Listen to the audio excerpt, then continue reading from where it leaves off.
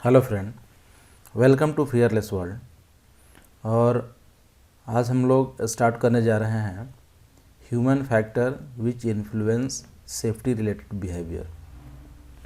कौन कौन सा ह्यूमन फैक्टर है जो कि सेफ्टी रिलेटेड बिहेवियर को इफ़ेक्ट करता है, इसके बारे में इस लेक्चर में जानेंगे। इसके पहले आइए आप लोग कुछ कमेंट पढ़ लेते हैं। तो सैयद फरमान कहते हैं please continue from element 3.2 please sir. Sure continue करूँगा, और जैसे जैसे हमें टाइम मिल रहा है वैसे मैं कंटिन्यू लेक्चर को आगे बढ़ा रहा हूँ। और कुछ ही समय में हमें लगता है कि IGC1 कंप्लीट हो जाएगा और IGC2 में हम लोग पहुँच जाएंगे। उसके बाद जो है Syed Farman thank you sir, thank you आपको भी। और ब्लैक ईगल कहते हैं भी achieve more of your tips, thank you ji आपको भी। और उसके बाद हैरी RH के भी कहते हैं गुड। और अजमत वज़ीर कहते हैं fantastic sir, thank you ji आपको भी। और Rafiqullah good sir, kindly please tell me information through loud speaker is the way of verbal communication और ब्रॉडकास्टिंग। तो जो स्पीकर के थ्रू जो ब्रॉडकास्टिंग करते हैं, तो जनरली कम्युनिकेशन जो है 3 मेथड का ही होता है, रिटन, वर्बल, ओरल। ये है वर्बल, रिटन और ग्राफिक्स। लेकिन जो है इन सभी चीज़ों को लोगों में ट्रांसमिट करने के लिए ब्रॉडकास्टिंग मेथड का यूज़ करते हैं। तो ये सबका जनरली कम्बिनेशन होता है, जैसे ईमेल कर रहे हैं, ये एक ब्रॉडकास्टिंग मेथड है। आइए बढ़ते हैं human factor which influence related behaviour. तो जनरली देखा क्या जा रहा है कि हर आदमी का एक अपना बिहेवियर होता है, और हेल्थ एंड सेफ्टी को मेंटेन करने के लिए बिहेवियर एक बहुत बड़ा इशू है। आपको हर वर्कर का बिहेवियर अच्छा होना चाहिए, और सभी जितने भी एम्प्लॉय वगैरह हैं, स्टाफ हैं, सभी का बिहेवियर अच्छा होना चाहिए। तो इसमें हम जान लेंगे कि कौन कौन सा ऐसा फैक्टर है जो कि इन्फ्लुएंस करता है, जो प्रभावित करता है individual worker safety related behaviour. तो 3 फैक्टर होते हैं, ऑर्गेनाइजेशन फैक्टर, जॉब फैक्टर और इंडिविजुअल फैक्टर। ऑर्गेनाइजेशन फैक्टर मतलब जहाँ पे वो काम करता है, जॉब फैक्टर मतलब जो उसके वर्क रिलेटेड, इंडिविजुअल मतलब उसका पर्सनल एटीट्यूड वगैरह जो है। ये 3 चीज़ें जो हैं। तो आइए समय न लेते हुए आगे बढ़ते हैं। तो ऑर्गेनाइजेशन, जॉब एंड इंडिविजुअल, ये 3 जो है फैक्टर मैंने बताया जो कि बिहेवियर को इफेक्ट करता है। जैसा कि आप इस फिगर में देख पा रहे हैं,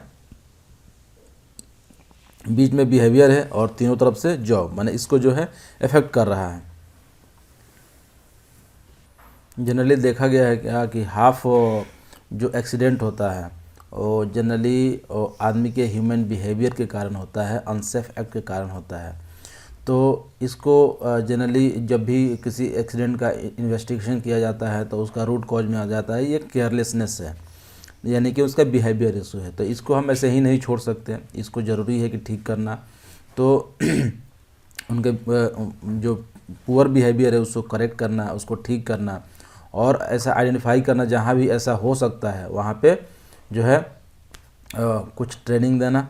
तो आइए जानते हैं कि जैसे कि कंसीडर दिस 3 क्वेश्चंस हो, क्यों जो है एक वर्कर एक ऑर्गेनाइजेशन में अच्छे से काम करता है और वहीं दूसरे ऑर्गेनाइजेशन में जाता है तो उसका बिहेवियर ख़राब हो जाता है।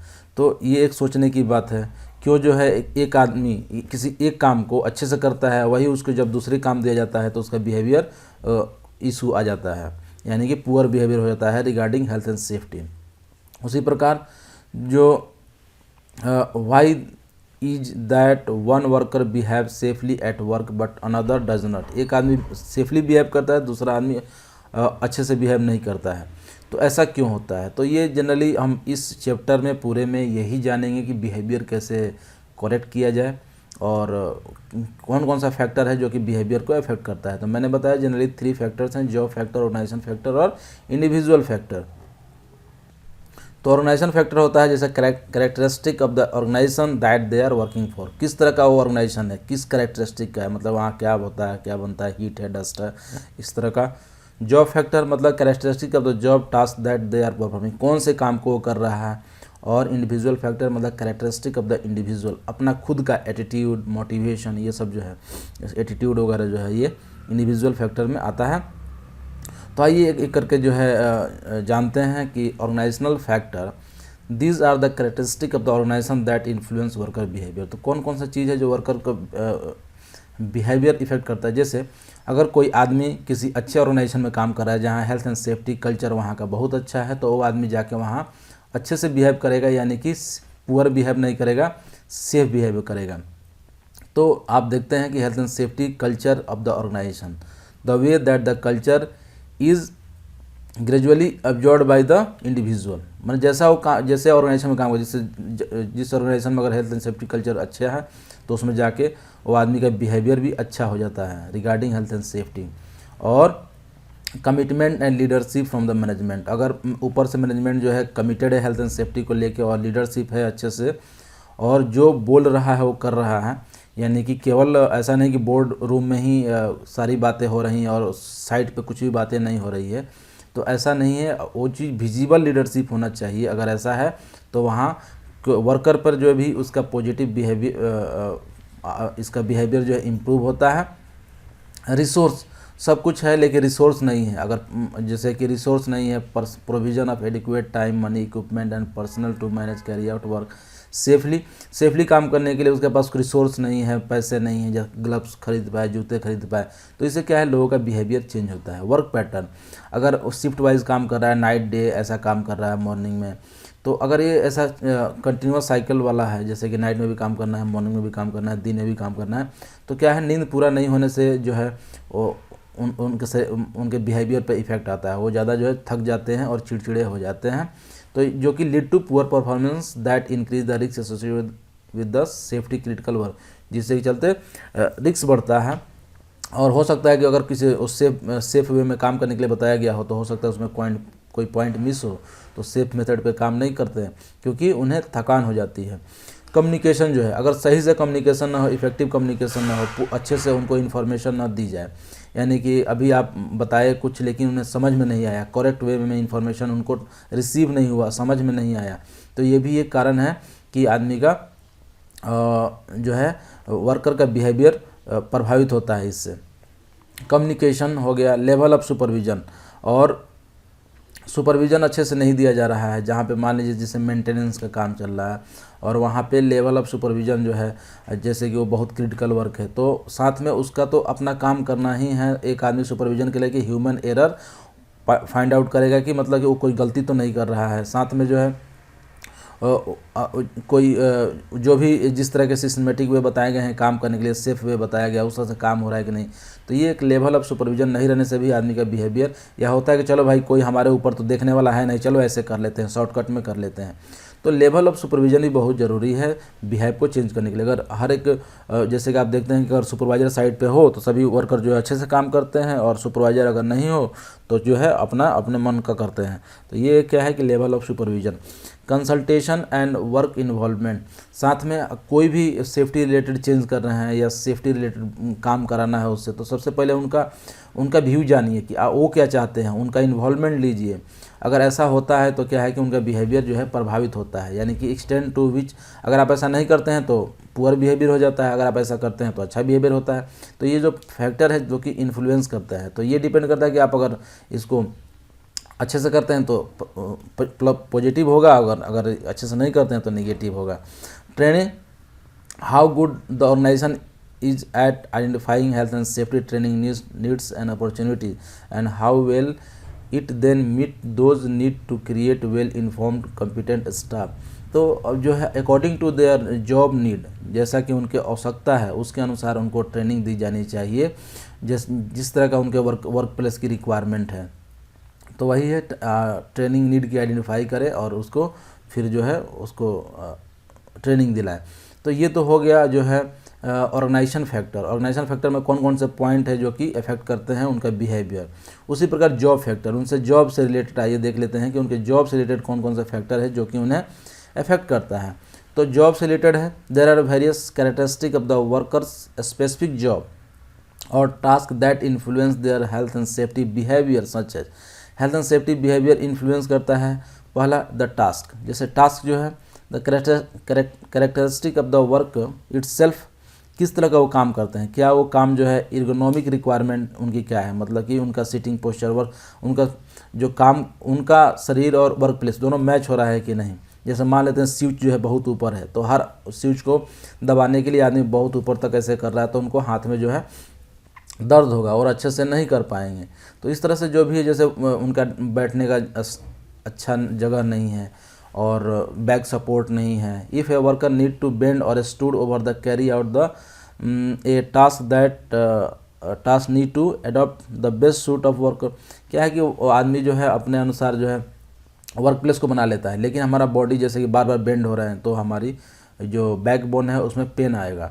इस तरह से जो है वर्क प्लेस जो है एक्चुअली एर्गोनॉमिक्स डिज़ाइन होना चाहिए, यानी कि वर्कर्स और जो वर्क है इन दोनों का मैचिंग होना चाहिए।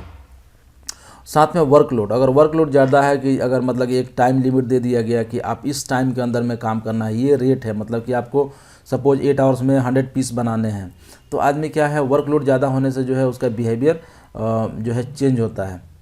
साथ में वैरायटी ऑफ वर्क है जिसको वो जो है कोप नहीं कर सकता। तो इस तरह से जो है आप देख रहे हैं कि जो वर्क है वो भी जो है एक बैलेंस में होना चाहिए ताकि वो आदमी कर पाए। इन्वायरमेंटल फैक्टर, जहाँ पे वो काम कर रहा है वहाँ पे बहुत ज़्यादा नॉइज़ है, स्पेस नहीं है काम करने का, तो बिहेवियर चेंज हो जाएगा। वहाँ की लाइटिंग अच्छी नहीं है, अगर लाइट अच्छा नहीं रहेगा तो आँख जो है आँख के इफेक्ट आएगा और आदमी का जो है आदमी चिड़चिड़ा हो जाता है, जनरली जो है गुस्सा उसको ज़्यादा आता है, ह्यूमिडिटी ज़्यादा उस मॉइस्चर हो, इस तरह का है। यानी कि नॉर्मल टेम्परेचर ना हो तो आदमी का क्या है कि जैसे आप ही अगर अपने आप पे सोचें कि अगर आपको हीट में काम करने के लिए बोला जाए और आप हीट में काम कर रहे हैं, लेकिन जब काम करने के बाद कोई सुपरवाइजर बोलता है ये करो वो करो, तो आपका जो है आप बहुत गुस्से से बोलेंगे उस समय, लेकिन वही आप अगर नॉर्मल टेम्परेचर में काम कर रहे हैं तो आपका जो है माइंड कूल रहेगा। तो ये एक इन्वायरमेंटल फैक्टर जो है बहुत इंपॉर्टेंट है। और minimise the impact of worker performance, for example worker in steel foundry में have undertake physical labour in high temperature. वही जैसे आप जहाँ कास्टिंग होता है स्टील वगैरह का, वहाँ पे हाई टेम्परेचर है, वहाँ पे जो काम करते हैं डिहाइड्रेशन हो जाता है, हीट स्ट्रेस होता है, स्ट्रोक आता है, तो इसके चलते जो है उनका बिहेवियर जो है बहुत ही पुअर हो जाता है हीट स्ट्रेस के चलते। तो उसके लिए वहाँ पे उनको कंट्रोल मेजर लेने की आवश्यकता है, इसके बारे में बाद में बात करेंगे। डिस्प्ले एंड कंट्रोल, साथ में अगर मान लेते हैं कि कोई काम कर रहे हैं, जैसे डिस्प्ले दिखा रहा है वहाँ, जैसे कि कोई भी डिस्प्ले है, जैसे CNC चला रहे हैं वहाँ पर डिस्प्ले है कि इतना राउंड घूम रहा है, तो वो डिस्प्ले अगर सही जगह पे ना हो, अगर आँख के मतलब के डायरेक्शन में ना हो, तो आदमी क्या है बहुत ही मतलब उसको दिक्कत होता है देखने में, या बहुत ही रिफ्लेक्टिंग लाइट हो उसको देखने में दिक्कत होगा। कंट्रोल अगर बहुत ऊपर हो, उसके पहुँच में ना हो, तो बहुत ही दिक्कत होगा उस कंट्रोल करने के लिए। तो ये क्या है, एक बिहेवियर चेंज हो जाता है, आदमी क्या करता है बाईपास करना चाहता है। Design this and that way poorly designed display and control can contribute to likelihood of human error। Procedure जो है, एक प्रोसीजर जैसे existence and quality of working procedure, if there is lack of written procedure or if they are poorly written, out of date, overlay complex और implication, worker में not comply. जैसे कि कोई भी प्रोसीजर दिया गया है, वो प्रोसीजर अगर है ही नहीं तब भी वो दिक्कत है, और प्रोसीजर है भी तो बहुत ही अच्छे से नहीं लिखा गया है, तो उसको पढ़ नहीं पाएंगे, समझ नहीं पाएंगे। आउट ऑफ डेट है वो, अभी जो मशीन की कंडीशन है या अभी जो प्रोसीजर है उसके अनुसार नहीं है, बहुत ही कॉम्प्लेक्स है, तो क्या है कोई व्यक्ति उसको फॉलो नहीं करता है और उसका बिहेवियर चेंज होता है। तो इसमें एक वर्ड आया था एर्गोनॉमिक्स। एर्गोनॉमिक्स क्या होता है, तो जो एर्गोनॉमिक्स है वो क्या है, मैंने बताया था कि interaction between the worker and the work task, work equipment and work environment so as to achieve the best match. तो आप इस पॉइंट को याद रखेंगे क्योंकि एग्जाम में भी आता है। तो ये इंटरेक्शन है किसके बीच में, worker and there task. Worker तो रहेंगे ही, साथ में ये सारी चीज़ें रहेंगी, टास्क के साथ मैच कराना है, वर्क इक्विपमेंट के साथ मैच कराना है, वर्क इन्वायरमेंट के साथ मैच कराना है। तो ये अगर मैच होता है अच्छे से, यानी कि आदमी जो है वहाँ पे फिट हो जा रहा है, यानी कि वो एर्गोनॉमिकली डिज़ाइंड है। तो इसके बारे में हम लोग यूनिट IGC 2 में है, इसका डिटेल्स में वहाँ जानेंगे कैसे एर्गोनॉमिकल डिज़ाइन मतलब क्या होता है। और अगर ज़्यादा जानना है तो आप लोग गूगल सर्च करें, वहाँ पे तो बहुत सारी चीज़ है, आप उसको और डिटेल्स में जान सकते हैं। अब इंडिविजुअल फैक्टर क्या होता है, जैसे हर आदमी जो है, हर आदमी के पास क्या है कि एक ऑन पर्सनल स्किल होता है, नॉलेज होता है, एक्सपीरियंस होता है, उनका एक अपना एटीट्यूड होता है कि मैं इस काम को ऐसे करूँगा या ऐसे करूँगा। तो उनका एक एटीट्यूड होता है, उनका एक मोटिवेशन होता है, उनका हैबिट होता है, उनकी पर्सनालिटी होती है। तो ये सारा चीज़ जो है एक आदमी के अंदर होता है, जो कि उस काम को करने के लिए वो अपने जो है उनका अपना पर्सनल जो है एक्सपीरियंस जो है वो यूज़ करते हैं। तो ये एक इंडिविजुअल फैक्टर है। तो इंडिविजुअल फैक्टर में जैसे कॉम्पिटेंस, तो अगर वर्क के अनुसार जो वर्क हो रहा है अगर उसके अनुसार उसमें कॉम्पिटेंसी नहीं है अकॉर्डिंग टू देयर वर्क, तो competence is the combination of knowledge, experience, training and ability that bring a person up to a level where they are able to perform to an acceptable standard and are aware of their own limitation। तो ये जो है आप देख रहे हैं competence जो है क्या है कि कॉम्बिनेशन है इन सभी का। तो ये सब चीज़ रह रहा है, तो यानी कि जो कि उनमें अवेयरनेस है और जो है इससे उनका बिहेवियर जो है इम्प्रूव होगा, नहीं तो बिहेवियर उनका इससे इन्फ्लुएंस होगा। उनका अपना स्किल, इन सभी का अपना एक स्किल होता है। तो स्किल जो है समय के अनुसार उनमें स्किल बढ़ता है, और ये स्किल या तो फिजिकल हो सकता है या मेंटल हो सकता है। जैसे एक क्रेन ऑपरेटर जो है वर्कलोड को बैलेंस करता है, तो ये क्या है उनका फिजिकल आ जाता है एक्सपीरियंस, फिजिकल स्किल आ जाता है कि वो जो है वर्कलोड को मतलब कि उनका जो लीवर है वो धीरे धीरे घुमाते हैं, जिससे कि उनका एक खास समय के बाद उनके पास ये एक्सपीरियंस आ जाता है। जबकि वही देखते हैं कि कुछ वर्कर में जो है वो बहुत सारे जो है गणित है, जो वर्क रिलेटेड जो है अरिथमेटिक है, वो अब आसानी से कर पाता है, क्योंकि उन्हें पता हो जाता है कैसे फार्मूले लगाने हैं। जैसे कि कोई कटिंग करने हैं सीट वगैरह, तो उसमें कितने एंगल रहने चाहिए, क्या होना चाहिए, उनका एक एक्सपीरियंस रहता है। मतलब कि बहुत सारे कॉम्प्लेक्स अरिथमेटिक को है जो है वो माइंड में ही कर लेते हैं, उनको कोई किसी तरह का कैलकुलेटर वगैरह की ज़रूरत नहीं है। तो ये क्या है उनका पर्सनल जो है स्किल डेवलप होता है। तो fitting a person with the moving with the wrong skill set into the wrong role unwise।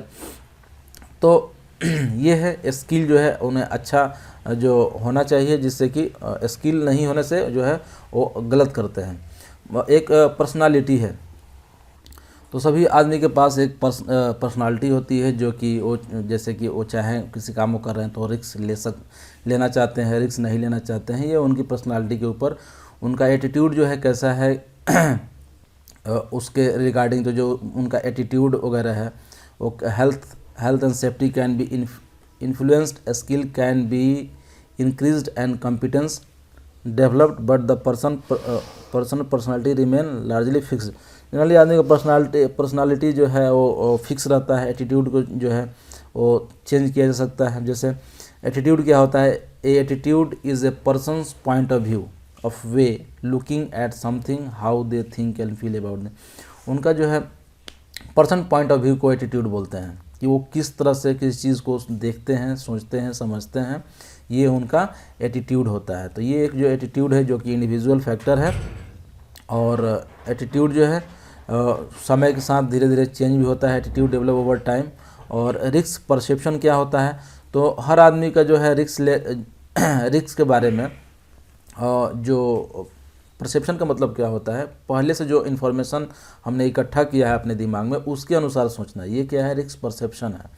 तो हर आदमी का जैसे जो भी उनके दिमाग में पहले से होगा तो उसके अनुसार उनका अलग अलग रिस्क परसेप्शन होगा। जैसे मैं बात करता हूँ, अगर जैसे कि हम देख रहे हैं कि एक आदमी हाइट पे काम कर रहा है, तो एक हाइट पे काम कर रहा है तो वो आदमी एक आदमी जो है उसको देख के बोलेगा ये आदमी गिर सकता है, दूसरा आदमी बोलेगा नहीं ये नहीं गिर सकता है। तो वो कहाँ पे काम किया है इसके पहले, किस तरह का उसका सोच है, उसके ऊपर डिपेंड करता है कि उसका परसेप्शन कैसा है। परसेप्शन का मतलब है पूर्व धारणा। तो different people perceive risk in different way. Some people are very good at correctly recognise the real risk. सब लोग, कुछ लोग जो है जल्दी से रिस्क को पहचान पाते हैं और कुछ लोग नहीं पहचान पाते हैं। तो कौन कौन सा various factor that distort person perception of hazard risk. तो कौन कौन सा फैक्टर है जो कि परसेप्शन को डिस्टोर्ट करता है। तो जैसे कि अगर आदमी कोई बीमार है और तो वो जो है अच्छे से इन्फॉर्मेशन को प्रोसेसिंग नहीं कर पाएगा, जिससे कि पता नहीं कर पाएगा यहाँ कोई खतरा है। तो ये है जैसे कि वो स्ट्रेस में है, बहुत सारे वो दबाव में है, मतलब कि उसके ऊपर प्रेशर है, काम का या किसी चीज़ का, तो भी जो है वो खतरे को नहीं पहचान पाएगा और खतरे को नहीं पहले से रिकॉग्नाइज कर पाएगा। और या थका हुआ है और नॉट अलर्ट और capable of responding quickly circumstance, और दे में under the influence of drug और अल्कोहल, और ड्रग और अल्कोहल लिया है तब भी जो है उसको उसका जो सेंस जो है नहीं काम करेगा और जो है वो अच्छे से किसी भी खतरे को नहीं पहचान पाएगा। गड्ढा है आगे, वो उसको पता नहीं चलेगा आगे गड्ढा है और गिर सकता है। ये क्या है, परसेप्शन होता है। द पास्ट पर्सनल एक्सपीरियंस भी बहुत इंपॉर्टेंट है, क्योंकि आप मान लीजिए पिछली कंपनी में काम किए, ऐसे कंपनी में काम किए हो जहाँ पे सेफ्टी से ज़्यादा काम होता है, तो आपका परसेप्शन जो है वो सेफ्टी रिलेटेड ज़्यादा रहेगा। आप तुरंत किसी खतरे को पहचान जाएंगे क्योंकि वहाँ पे आपने सब कुछ देखा है। ऐसे ही आप अगर किसी अच्छे कंपनी में नहीं, वहाँ पुअर कल्चर हो, तो आप नेक्स्ट कंपनी में जब जाएंगे तो आपका परसेप्शन जो है उसके अनुसार ही होगा। तो परसेप्शन में क्या होता है, जो पुराने एक्सपीरियंस है ना उसी के अनुसार हम जज करते हैं क्या सही है क्या गलत है। और रिसीव गुड क्वालिटी, अगर वो अच्छे से अगर गुड क्वालिटी ऑफ ट्रेनिंग नहीं लिया हो, एजुकेशन नहीं हो, तब भी जो है उसका परसेप्शन अलग होता है। और they may be required to wear PPE that is interfering with the ability to detect the hazard। अगर कोई ऐसा PPE पहन रहा है, जैसे मान लीजिए ग्लव्स पहन रहे हैं, तो हमारा वो जो सेंसर्स है वो काम नहीं करेंगे, मतलब हम टच करेंगे तो हमें पता नहीं चलेगा हीट है कोल्ड है। तभी क्या होता है, आदमी का परसेप्शन जो है, जैसे अभी ग्लव्स पहन कर किसी टच किया, वो तो ठंडा लगा, अरे यार तो ठंडा है, लेकिन वो गर्म था, तो क्या है ग्लव्स के चलते वहाँ उसका परसेप्शन चेंज हो गया। Workplace condition such as high level of noise, ज़्यादा नॉइस है तो वो खतरे को पता नहीं कर पाएगा। May be interfering with the ability to correctly identify the hazard and create the risk. उसके बाद अच्छा होने के बाद भी सब कुछ, लेकिन अगर नॉइस ज़्यादा है तो बहुत सारी चीज़ों को सुन के अलर्ट नहीं हो पाएगा। तो ये जो कुछ चीज़ें हैं जो कि आदमी का परसेप्शन जो है अफेक्ट करता है। तो way of improving worker perception वो कैसे इंप्रूव करें, तो परसेप्शन का इंप्रूव करने का तरीका है जैसे कि carry out safety awareness campaign using poster tool box talk. ऐसा करने से उनका परसेप्शन जो है बदलता है जब उनको ट्रेनिंग देंगे। तो साथ में ट्रेनिंग प्रोग्राम डेवलप करें ताकि सबको ट्रेनिंग जो है हजार्ड एंड इट्स कंसिक्वेंस पर दिया जा सके, इसके चलते हो जाएगा। हाईलाइट हजार्ड, जहाँ भी खतरा है उसको हाईलाइट करें आदमी को, जैसे कि कहीं गड्ढा है तो वहाँ मार्क, यहाँ बैरिकेशन लगा दें, हाँ यहाँ गड्ढा है, यानी कि आदमी जो है पहले से देख के अवेयर हो जाएगा, यानी कि परसेप्शन। जहाँ भी कहीं ऊंच नीचे सरफेस है वहाँ पे पीले मार्क कर दें वार्निंग का। तो इस तरह से आप अगर बोर्ड वगैरह लगा देते हैं अच्छे से, जैसे यहाँ कहीं फ्लोर जो है स्लिपरी है तो वहाँ पे अगर आप एक बैरिकेशन डाल देते हैं, चाहे कुछ वार्निंग जो है कुछ सिग्नल टाइप का ऐसा कुछ लगा देते हैं या बोर्ड लगा देते हैं, तो मालूम चलेगा आगे खतरा है, जबकि दिखेगा नहीं। जैसे फ्लोर गीला है तो स्लिप का चांस है, तो वो नहीं दिखता है, तो नहीं दिखे तो उसके लिए आप बोर्ड लगाए। तो आदमी का परसेप्शन जो क्या है, इससे इंप्रूव किया जा सकता है। Ensure that this is adequate lighting अच्छा ना हो, लाइटिंग अगर अच्छे से कर दिया तो हर एक चीज़ दिखेगा, जिससे कि आदमी का परसेप्शन इंप्रूव होगा। Removing distortion such as noise वगैरह कम किया जाए, तो वहाँ के जैसे कि इमरजेंसी जो साइरन वगैरह है आदमी को सुनाई देगा और उससे उसका परसेप्शन जो है चेंज होगा। एक्सेसिव हीट को कम किया जाए तो आदमी को थकान कम होगा, और जब थकान कम होगा उसका माइंड कूल रहेगा, मतलब वो कोई भी जजमेंट अच्छे से ले सकता है। तो ये एक तरीका था जो कि परसेप्शन को इम्प्रूव करने का। तो आइए देखते हैं कुछ स्टडी क्वेश्चंस ये है, identify the 3 factor that impact on workers health and safety related behaviour. कौन कौन से 3 फैक्टर है जो कि सेफ्टी रिलेटेड बिहेवियर को मैंने बताया, ऑर्गेनाइजेशन, इंडिविजुअल और टास्क। तो ये जो है तीनों फैक्टर जो है ये था। आउटलाइन द 4 की job factor that can impact on safety related behaviour. 4 की फैक्टर्स जो कि 4 की जॉब फैक्टर, तो मैंने जॉब फैक्टर के बारे में आपने बताए थे। Why might worker not correctly perceive risk at work, तो मैंने बताया जैसे कि उसका आँख सही से नहीं काम कर रहा हो, या इल हो, या जो है वो स्ट्रेस में हो, या जो है उसको टायर्ड फटीग हो, तो इस तरह का जो है ज़्यादा नॉइस हो, तो ये सब चीज़ें जो है उसको इफेक्ट करता है। तो कौन कौन सा जो है जॉब फैक्टर है जो कि इम्पैक्ट करता है सेफ्टी रिलेटेड बिहेवियर को, तो जैसे टास्क था, वर्कलोड था, इन्वायरमेंट है, और डिस्प्ले एंड कंट्रोल है, प्रोसीजर है, ये सभी चीज़ें जो है उसको। तो जॉब फैक्टर जो कि 4 की जॉब फैक्टर, तो आपको 4 ही यहाँ पे एक्सप्लेन करने हैं। सॉरी आउटलाइन करने हैं, यानी कि लिखने हैं, थोड़े से उसके बारे में लिखने हैं। मैं इसके बारे में बताऊंगा। तो हमने आज पढ़ा कि कौन कौन सा जो फैक्टर है जो कि इन्फ्लुएंस करता है बिहेवियर को। तो मैंने पहला बताया आपको जॉब फैक्टर, दूसरा बताया ऑर्गेनाइजेशन फैक्टर, और तीसरा बताया इंडिविजुअल फैक्टर। ये थोड़ा बहुत इधर उधर हो सकता है, जैसे पहले ऑर्गेनाइजेशन, जॉब, इंडिविजुअल, तो ये कोई मैटर नहीं है। तो ये 3 फैक्टर जो कि इन्फ्लुएंस करते हैं। तो आई होप आपको ये वीडियो अच्छा लगा होगा, और अच्छा लगे तो कृपया कमेंट, लाइक और सब्सक्राइब करें। सब्सक्राइब तो आपने किए हैं, अगर आप नए नए व्यूअर हैं हमारे, तो आप चैनल को ज़रूर सब्सक्राइब करें और अपने फ्रेंड के साथ ज़रूर शेयर करें ताकि उन्हें भी इसका बेनिफिट मिल जाए। साथ में ये बेल आइकन जो आप नीचे दिया गया है उसको आप दबा लें, ताकि जब भी मैं वीडियो अपलोड किया करूँगा तो आपको नोटिफिकेशन मिल जाएगा। तो थैंक यू, फिर मिलते हैं नेक्स्ट एलिमेंट में। धन्यवाद।